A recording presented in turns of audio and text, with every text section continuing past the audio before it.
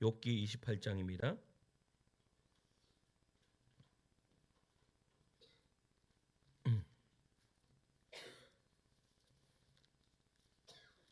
욥기 28장 1절에서 28절 말씀까지 제가 한 절 읽고 성도님들 한 절 읽고 교독하도록 하겠습니다. 욥기 28장입니다.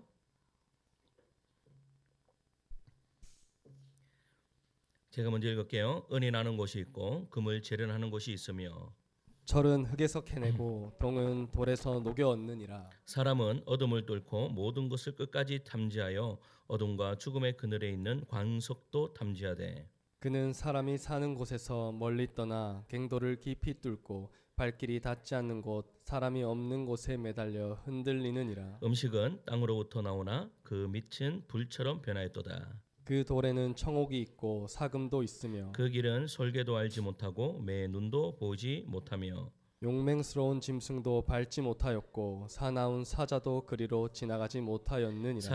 사람이 굳이 바위에 손을 대고 산을 뿌리까지 뒤엎으며 반석에 쏘를 터서 각종 보물을 눈으로 발견하고 누수를 막아 쓰며 나가지 않게 하고 감추어져 있던 것을 밟을 대로 끌어내리느니라. 그러나 지혜는 어디서 얻으며 명철이 있는 곳은 어디인고. 그 길을 사람이 알지 못하나니 사람 사는 땅에서는 찾을 수 없구나.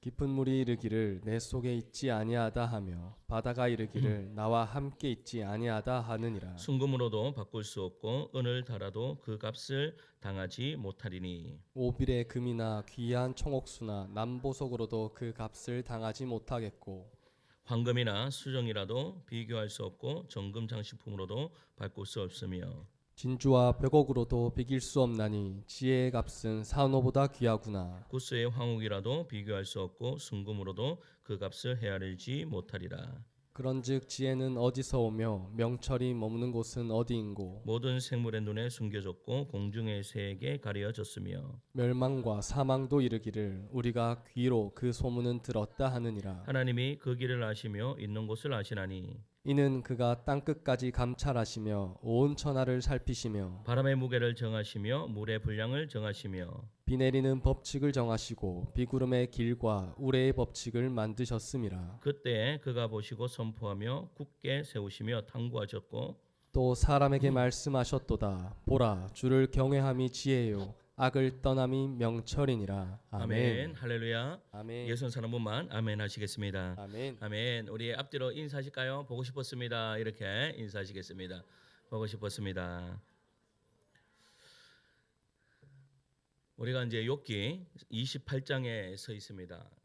욥기의 긴 여정을 우리가 지금 작년부터 계속 이렇게 보고 있는데, 여러분 이 욥기를 살펴보면서 우리가 무엇을 봤습니까? 재산을 잃고 자녀를 잃고 그리고 건강을 잃고 친구의 오해를 받은 그 욥을 우리가 바라봤습니다.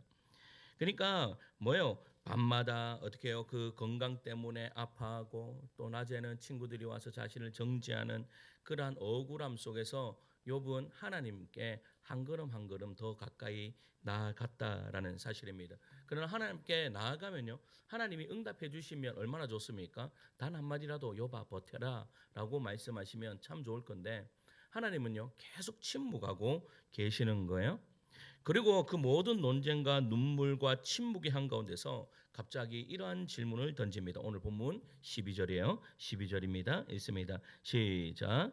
그러나 지혜는 어디서 얻으며 명철이 있는 곳은 어디인고. 여러분 마치 욥기가 우리를 여기까지 끌고 이제 당겨주고 있다라는 것을 우리는 발견하게 됩니다. 욥도 지금 욥기 1장에서 여러분 욥의 신앙은 어떠한 신앙이었습니까? 내가 정말 선하게 살고 하나님을 잘 믿으면 하나님께서 나에게 복 주시고 은혜 주실 것이고 건강 주실 것이고 모든 것을 주실 것이다. 그래서 여러분 그러한 삶을 욥도 살았다라는 것입니다. 그런데 욥이 그러한 많은 고난을 겪으면서 지금 하나님께 가까이 가면서 오늘 말씀, 오늘 이 본문까지 욥이 왔다라는 겁니다. 근데 본문까지 욥이 왔는데 지금 욥이 깨달았던 것이 뭐예요? 참 지혜가 무엇인가라는 것을 그가 고민하게 되었다라는 것입니다. 그리고 28절에 이렇게 이야기해요. 28절에요. 시작. 또 사람에게 말씀하셨도다. 보라, 주를 경외함이 지혜요 악을 떠남이 명철이니라. 아멘. 여러분 우리는 계속 여러분 원인을 찾죠. 내가 왜 이러한 고난을 받지? 내가 왜 이러한 어려움이 나의 삶에 왔을까? 문제에 대한 해답을 찾으려고 합니다.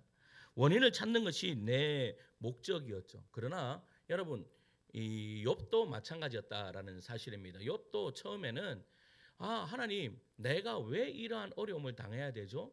그 이유를 알고 싶었다라는 사실입니다. 하나님 그 이유를 알고 싶습니다. 도대체 내가 왜 이러한 어려움을 겪고 있습니까? 왜 이러한 고난을 받고 있죠? 라는 그러한 어떻게 해요? 그 의문점, 그 원인에 대한 그 해답을 찾기를 원했다라는 겁니다. 근데 오늘 본문은 거기에서 한 걸음 더 나아간다라는 것입니다. 무엇인가 하면 내가 원인을 찾는 것이 목적이 아니라 지혜를 얻는 것이 나의 목적이다라는 데까지 이르게 된다라는 겁니다. 이 말씀이 우리를 멈춰 세우는 거예요. 왜 이런 일이 일어났는가라는 질문을 붙들고 여기까지 달려온 우리에게 여러분 완전히 방향을 바꾸는 거예요. 어떠한 방향이요? 내가 지금 신앙생활을 지금까지 어떻게 왔냐? 내가 하나님을 잘 믿고 내가 하나님 앞에 뭐 좀 할 거 하고 내가 어떻게 살면 내가 복 받고 내가 편안하게 그렇게 살 건데 라는 그러한 이러한 고정관념의 신앙관에서 이제 그러한 모든 것들이 아니라 정말로 하나님이 나에게 원하시는 것이 무엇인가? 그 지혜가 무엇인가라는 것을 이 욥이 고민하게 된다라는 것입니다. 그리고 오늘 본문에서 그들은 깨닫는 것이 욥이 깨닫는 것이 세 가지 있습니다. 그 첫 번째가 뭔가 하면 따라할까요? 인간은 땅을 파지만 지혜는 하늘에 있다. 여러분 욥기 28장 1절에 11절에 보면요 매우 인상적인 그런 이야기들이 나옵니다. 무슨 내용인지 잘 모르시겠죠. 뭐 자꾸 뭐를 금을 캐락하고 은을 캐락하고 보석 캐락하고 막 이런 이야기가 11절까지 나옵니다. 마치 여러분 다큐멘터리에서 뭐 어떠한 뭐 지질학자가 나와가지고 여러분 이 땅에는 뭐 홍보석도 있고 이 땅에는 금도 있고 막 이런 이야기를 하는 것처럼 지금 1절부터 11절까지 그렇게 인간의 기술과 그러한 것들을 묘사해요. 그러니까 인간이 얼마나 위대한가 하면 여러분 저 땅속에 있는 예전에 제가 이제 사해를 갔습니다. 사해 바다를 딱 가니까 옛날에 왜 사해라고 하죠? 사해는 죽은 바다입니다. 거기에는 동물이 하나도 살지 못해요. 그러니까 사해 바다는요 옛날 당시에는 아무 쓰잘데기 없는 그러한 바다였다라는 사실입니다.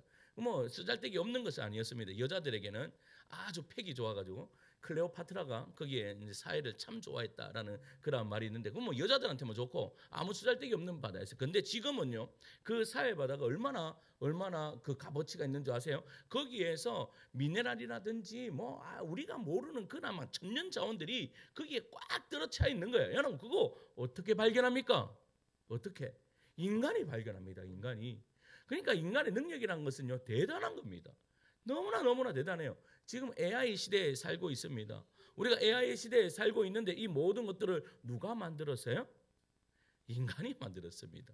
지금 욥이 이야기하는 것이 바로 이런 거예요. 자, 3절을 보세요. 3절 읽습니다. 3절이에요. 시작. 사람은 어둠을 뚫고 모든 것을 끝까지 탐지하여 어둠과 죽음의 그늘에 있는 광석도 탐지하되 뭐라고 말해요? 사람은 어둠을 뚫고 모든 것을 끝까지 탐지하여서 어둠과 죽음의 그늘에 있는 광석까지 탐지한다. 여러분 이만큼 여러분 인간의 위대함을 지금 욥이 이야기하고 있는 거예요. 그러니까 당시 고대 사회에서요 광석 작업을 하는 것은요 너무나 위험한 일이었습니다. 그런데 사람들이요 그 광석을 캐내요. 위험한 것 알면서도 캐내요.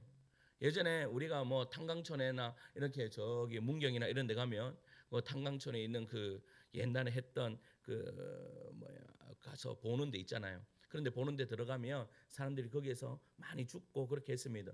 그런데도 왜 가서 그 광석을 석탄을 캐내죠? 그것이 인간에게 이롭기 때문입니다. 인간을 뭐 좀 따뜻하게 만들어주고 이러한 것들이 가치가 있기 때문에 어떻게 해요? 거기에 들어가서 그것을 캐내는 거예요. 그러면서 계속 이야기해요. 5절을 이야기합니다. 5절이에요. 시작. 음식은 땅으로부터 나오나 그 밑은 불처럼 변하였도다. 아멘. 9절이에요. 9절 읽습니다. 시작. 사람이 굳은 바위에 손을 대고 산을 뿌리까지 뒤엎으며. 여러분 이게 뭐예요? 인간이 모든 것을 다 뒤엎는다라고 이야기하는 거예요. 여러분 옛날에 그 우리가 고대 시대 때만 하더라도 여러분 큰 바위가 있으면 이거 그 바위 어떻게 옮겼습니까? 지금은 그 바위 뭐 다이너마이트 하나만 오면 다 부사져서 그냥 산 하나 없애는 것도 순식간에 없앱니다. 여러분 여기 상방동에 있는 여기 아파트를 짓는데 예전에는요, 지금 예전에 그 산을요, 기억이 없어요. 한 1년 전에만 해도 산으로 이렇게 높은 산이 있었는데 그 산을요, 어느 순간 1년 만에 이런 포크레인이 쭉 하다 보니까 1년 만에 그 산을 다 없어졌습니다. 여러분 이게 누가 하는 것이에요? 인간이 하는 그러한 일이다라는 사실입니다. 여러분 그런데 12절에요. 그러한 모든 인간의 능력을 11절까지 인간의 능력을 그렇게 욥이 이야기하다가 12절에 이렇게 이야기해요. 12절입니다. 완전히 분위기를 바꾸거든요. 12절입니다. 읽습니다. 시작. 그러나 지혜는 어디서 얻으며 명철이 있는 곳은 어디인고. 여러분 갑자기 뭐 땅 파는 이야기하고 금 채취하는 이야기하고 뭐 보석 이야기하다가 갑자기 지혜로 딱 이게 분위기를 전환시키는 거예요.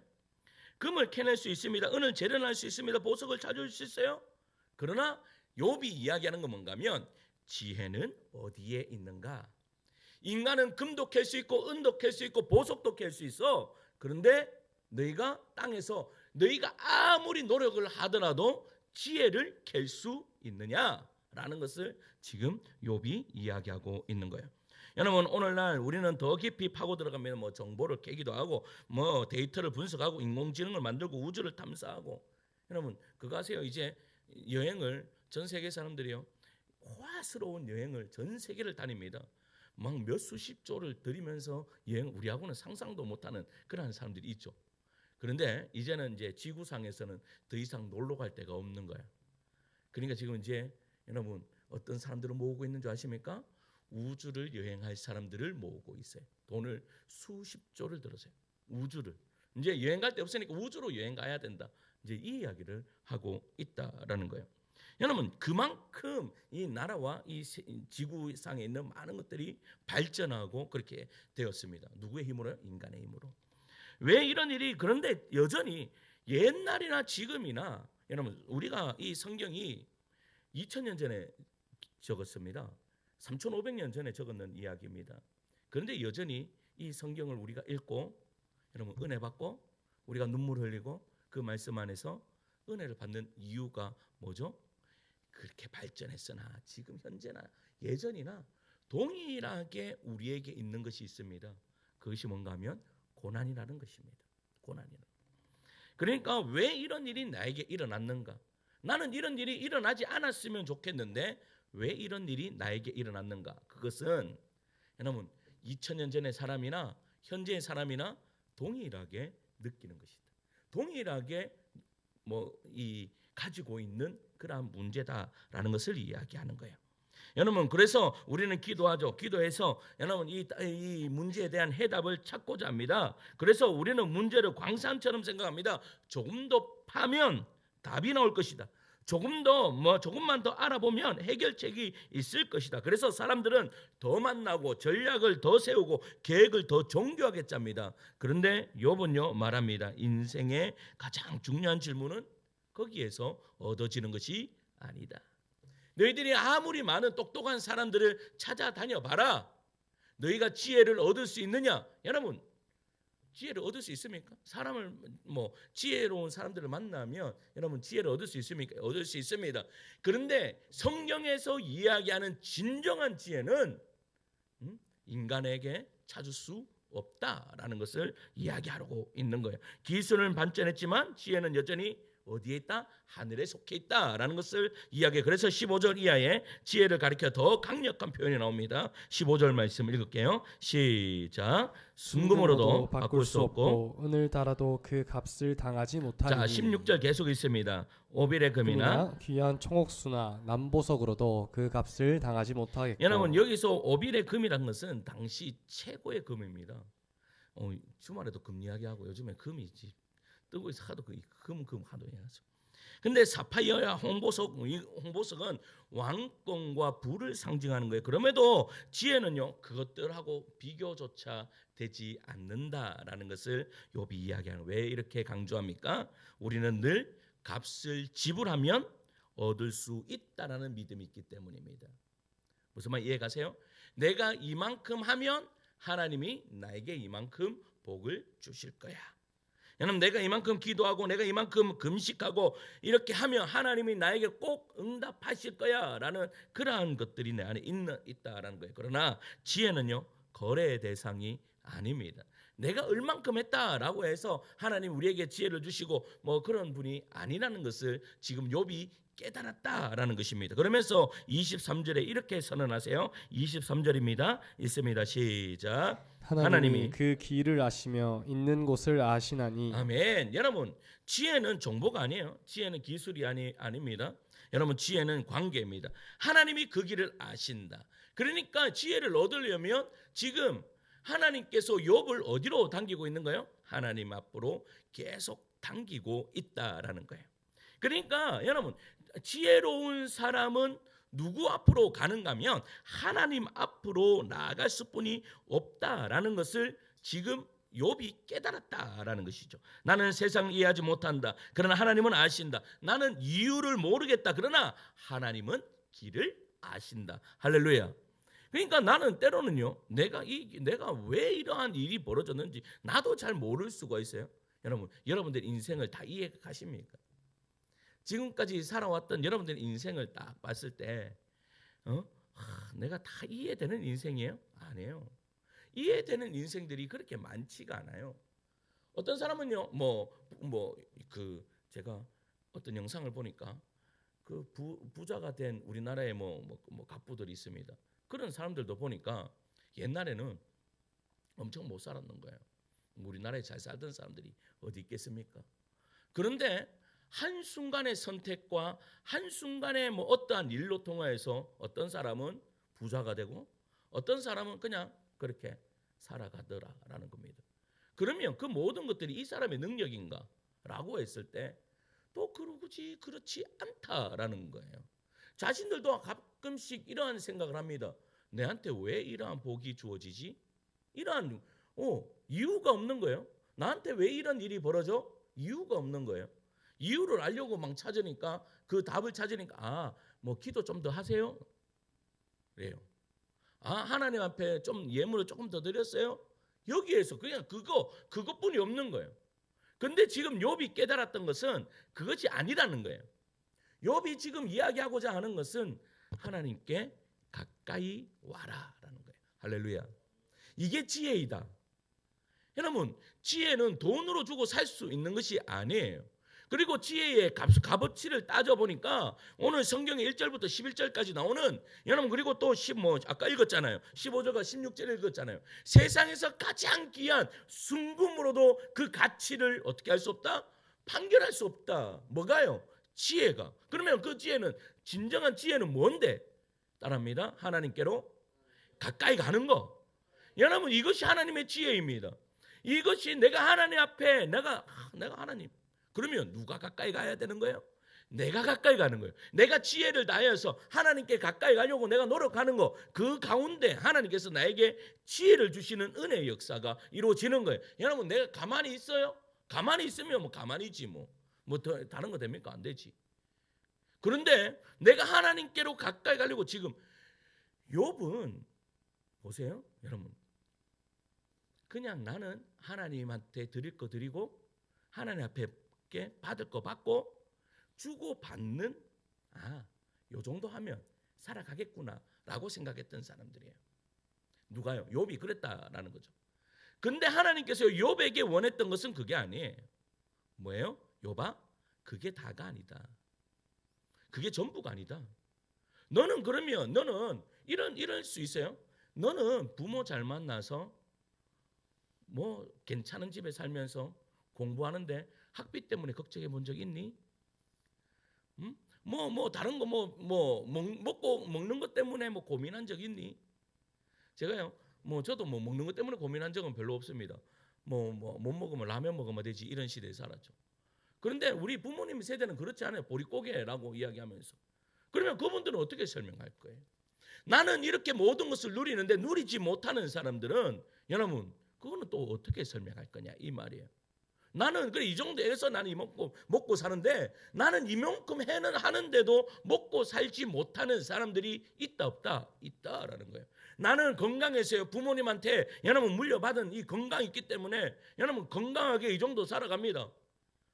그런데 어떤 사람은요.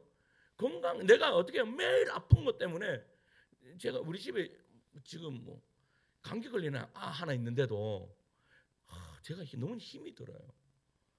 그런데요, 어떤 집은요, 정말로 아이 때문에, 아이의 그 아픔 때문에 일평생 여러분 가슴을 아리하면서 사는 사람이 있어요. 그래서 어떻게 설명할 거예요, 지금? 지금 욥이 지금 생각하는 것이 바로 이거예요. 야는 너희들은 그냥 뭐 현실 속에서 있는 그러한 질문과 대답과 그러한 것들을 딱 놓고 이야기를 하지만 너는 그거 누릴 수 있지? 다른 사람은 누리지 못하는 사람들이 있어. 그러면 욥아, 누리지 못하는 사람, 그 사람 입장에서 네가 하나님을 찾아봐. 지금 이게 지혜입니다. 그러니까 욥이요 어떻게 해요? 하나님, 내가 그것을 어떻게 경험하지 못하면 그 사람 마음을 잘 알아요? 잘 몰라요. 아파 본 사람이 아픈 사람의 마음을 알아요. 그러니까 지금 어떻게 해요? 욥이 그 고난 속으로 들어가는 거죠. 하나님이 미시는 거예요. 그러면서 하나님 앞에 더욱 가까이 나오라라고 그렇게 이야기를 하는 것이죠. 성도 여러분, 욥 28장은요 우리를 무력하게 만들려는 장이 아닙니다. 오히려 방향을 바꾸고 있어요. 땅을 파는 인생이 아니라 하늘을 의지하는 인생 되어라. 능력을 의지하는 삶이 아니라, 자신의 능력이 아니라 하나님을 신뢰하는 삶을 살아라. 이것이 핵심이다. 지혜는 아래에서 캐는 것이 아니라 위로부터 받는 것이다. 그리고 그 출발점이 바로 주를 경외합니다. 할렐루야. 제가요 이렇게 딱 보면 공부를 잘하게 딱 생겼잖아요.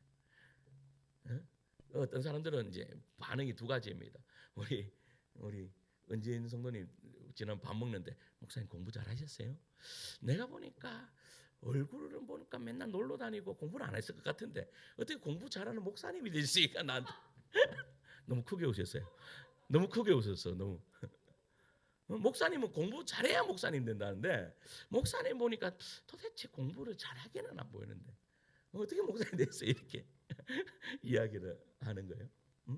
그런데 제가요 머리에 손을 놓고 얼마나 기도를 많이 했는지 모릅니다. 하나님 지혜를 주시옵소서. 학교 가서도 학교 자리에 앉으면 하나님 지혜를 주시옵소서. 지혜를 주시옵소서. 그렇게 엄청나게 기도를 많이 했습니다. 중요한 것은요 여러분, 지혜는 그 지혜가 아니에요.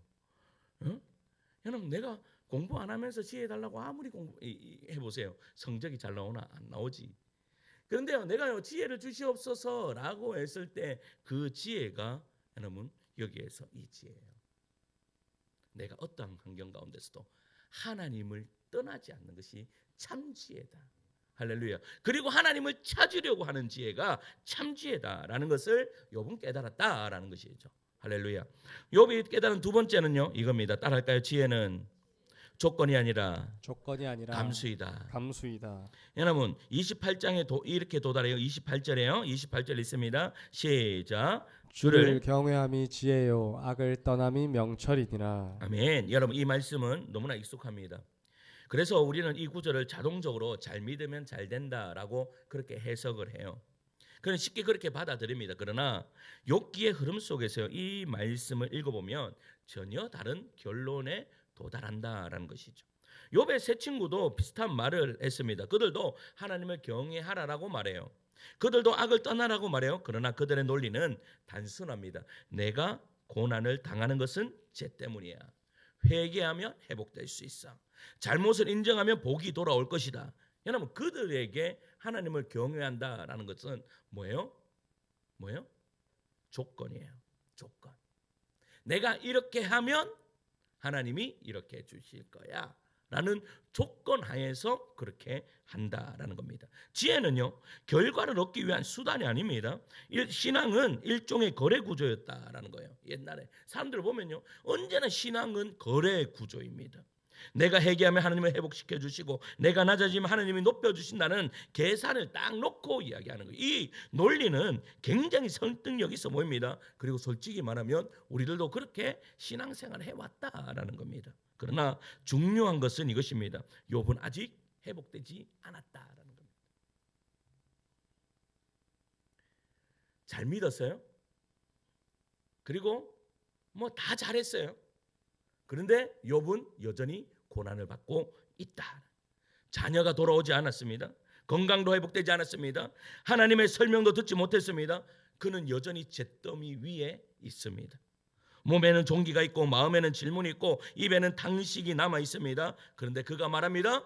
하나님을 주를 경외함이 지혜다라고 이야기해요. 이 고백은 상황이 바뀐 뒤의 고백이 아닙니다. 문제가 해결한 뒤에 그렇게 이야기하는 것이 아니에요. 이 말은 이런 뜻입니다. 이 고난을 내가 감수하겠습니다입니다. 이해가 되십니까? 여러분, 설명되지 않아도 하나님의 통치 아래 머물겠습니다. 지혜는 문제 해결 이후의 태도가 아닙니다. 여러분, 문제 한가운데서 드러나는 그러한 태도라는 거예요. 감수라는 것은 이렇게 설명하면 쉽습니다. 여러분, 아이가 아버지의 손을 잡고 이제 어두운 길을 걸어갑니다. 아이는요, 길을 걸어요. 그런데 어디로 가는지도 모릅니다. 그러나 누구의 손을 잡고 있죠? 아버지의 손을 잡고 있어요. 길을 아는 것은 누구예요? 아버지예요. 이 아이는 길도 모릅니다. 아무것도 모릅니다. 아이는 그 길을 이해하지도 못했어요. 근데 아버지의 손을 잡고 가면 되는 거예요. 이것이 감수예요. 아이에게는요, 두려운 마음이 없지 않아 있을 수도 있습니다. 아이에게는 어디로 가지라는 의문이 있을 수도 있습니다. 요즘 우리 아이들이요, 말이 많아졌습니다. 아이들이 많이 많아지니까 뭐 어디 간다 하면 아빠 어디 가? 뭐 타러 가? 뭐 때문에 그래? 왜 그래? 계속 묻습니다.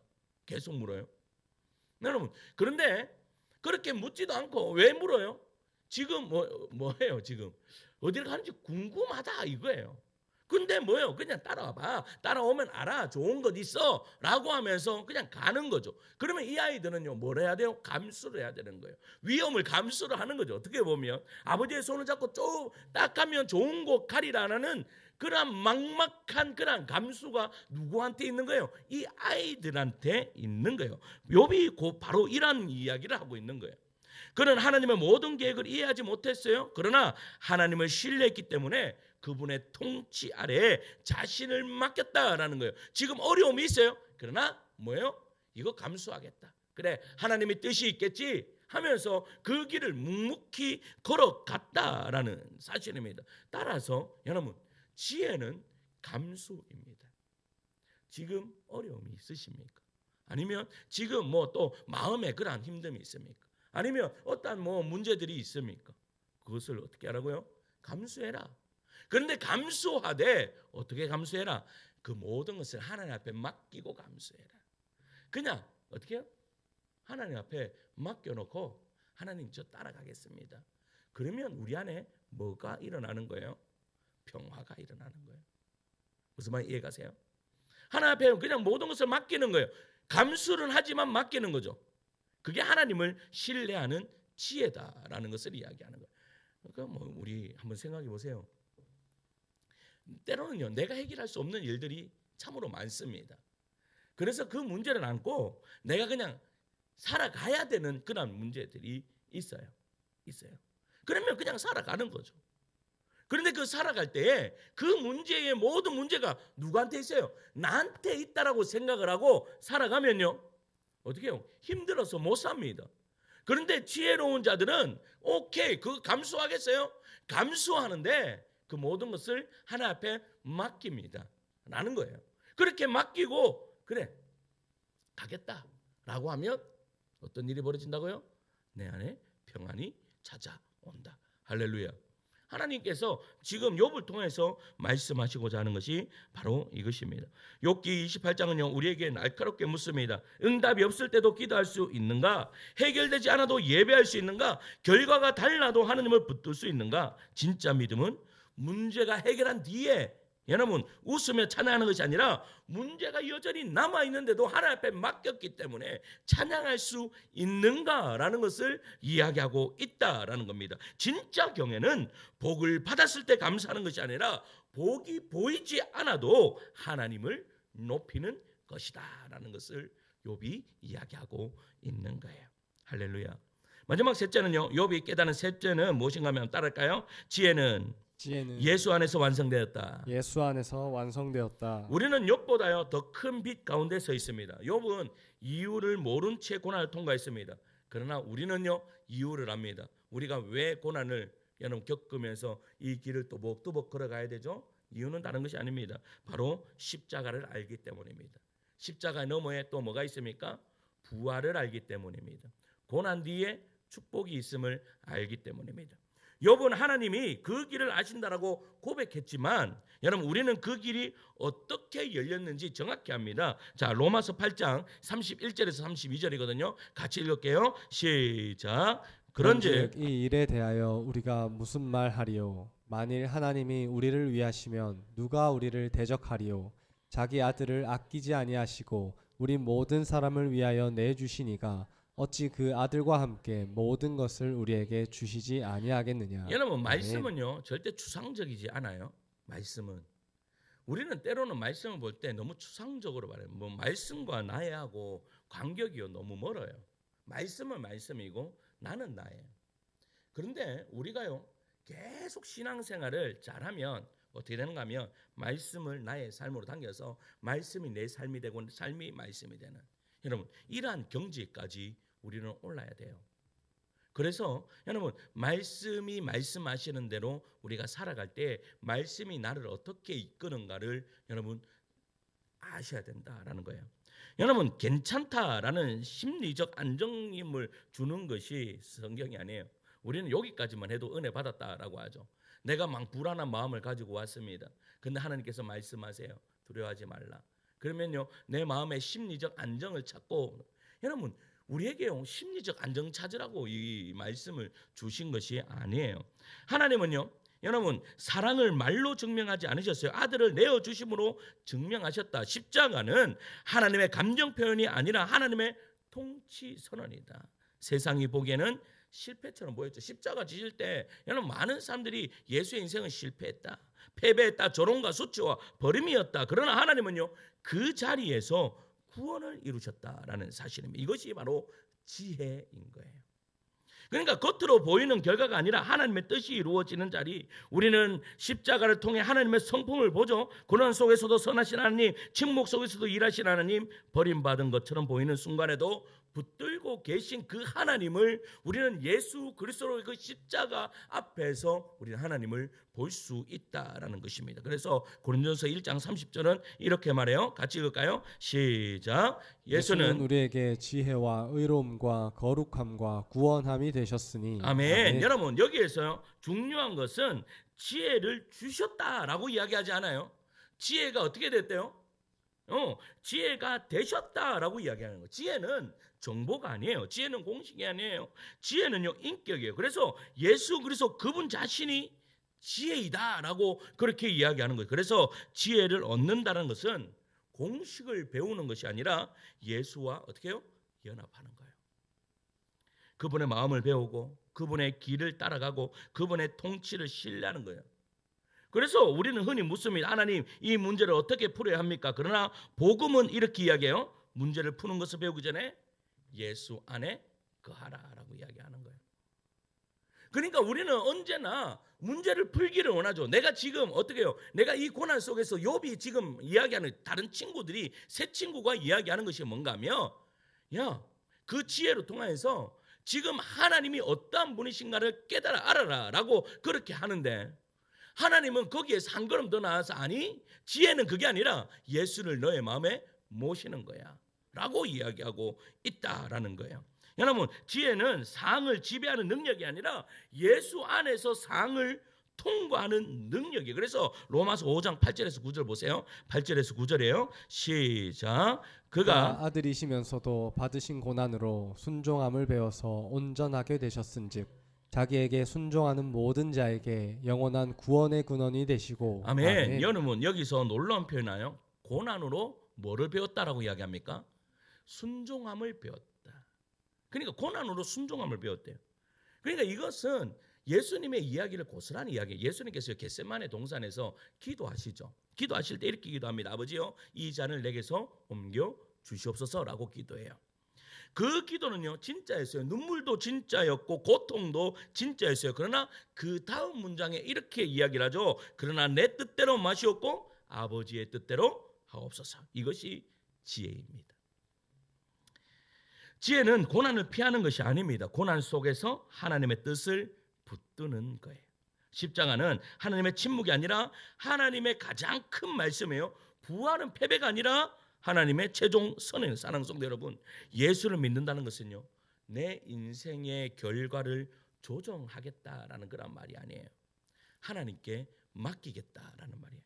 내가 계획한 길이 막혀도, 내가 기대한 결과가 무너져도, 내가 이해하지 못하는 시간이 길어져도 하나님은 옳습니다라고 이야기하는 거예요. 계속 하나님은 옳습니다. 하나님 옳습니다. 하나님 그래요. 나의 인생이 지금 이렇게 되어도 하나님 옳습니다. 하나님 맞습니다라고 하나님을 전적으로 신뢰할 때에 하나님이 우리의 인생을 완전히 어떻게 해요? 하나님의 사람답게 빚어가지고 하나님의 사람으로 사용하신다라는 사실이죠. 욥은 오늘 우리는 욥의 자리에서요 예수의 자리로 초대받습니다. 욥은 하나님이 그 길을 아신다라고 고백했습니다. 그러나 우리는 그 길을 알아요. 그것이 바로 십자가의 길이에요. 고난의 길이에요. 고난으로 통해서 순종함을 배웠다라고 그렇게 우리에게 이야기하는 거예요. 하나님 만나기가 쉽습니까? 어렵습니까? 쉽지 않습니다. 여러분 우리가 성경을 읽는 게 쉽습니까? 쉽지 않습니다. 기도하는 게 쉽습니까? 쉽지 않습니다. 그러나 하나님을 만나 배우려고 무단히 순종하고 그렇게 나아갈 때에 하나님께서 그 하나님의 그 심오한 그 하나님을 만나게 해주시겠다라고 그렇게 말씀하는 거예요. 그러면서 여러분 그런데 나는 답답할 수 있습니다. 답이 보이지 않을 수도 있습니다. 미래가 막막할 수도 있습니다. 두려움이 밀려올 수도 있어요. 그러나 하나님은 옳습니다. 하나님은 옳습니다 하는 것이 믿음이고 지혜입니다. 그런데 보세요. 우리가 따져 물어요. 하나님 앞에. 하나님 이건 도대체 아닌 것 같습니다. 하나님이 틀리는 것 같습니다. 그렇게 이야기를 해요. 그런데 보세요. 이렇게 이야기한들 여러분 상황이 바뀌어집니까? 바뀌어지지 않습니다. 여러분 내가 아무리 원망하고 내가 아무리 제가 지난번에도 이야기했잖아요. 제가요 우리 집에서 큰 소리 내지 않습니다. 일이 있어도 잘 큰 소리를 내지 않습니다. 어떤 실수를 해도 잘 큰 소리 내지 않습니다. 왜냐? 저에게 지혜가 있기 때문입니다. 그 지혜가 뭔지 아세요? 일은 이미 벌어졌다는 겁니다. 일이 벌어졌는데 만약에 내가 화내고 성질을 내서 그 있었던 일이 없어진다면 여러분 마음껏 성질내도 괜찮습니다. 마음껏 화내고 싶으세요. 마음껏 자기 하고 싶은 대로 해보세요. 그런데 중요한 것은요, 엎질러진 물은 이미 엎질러졌어요. 여러분들이 성질을 내고 여러분들이 뭐를 하게 한들 그게 다시 물이 담겨지는 게 아니라는 거예요. 여러분 우리가 지혜는요 이것이 바로 지혜예요. 여러분 하나님을 믿는데도 마찬가지입니다.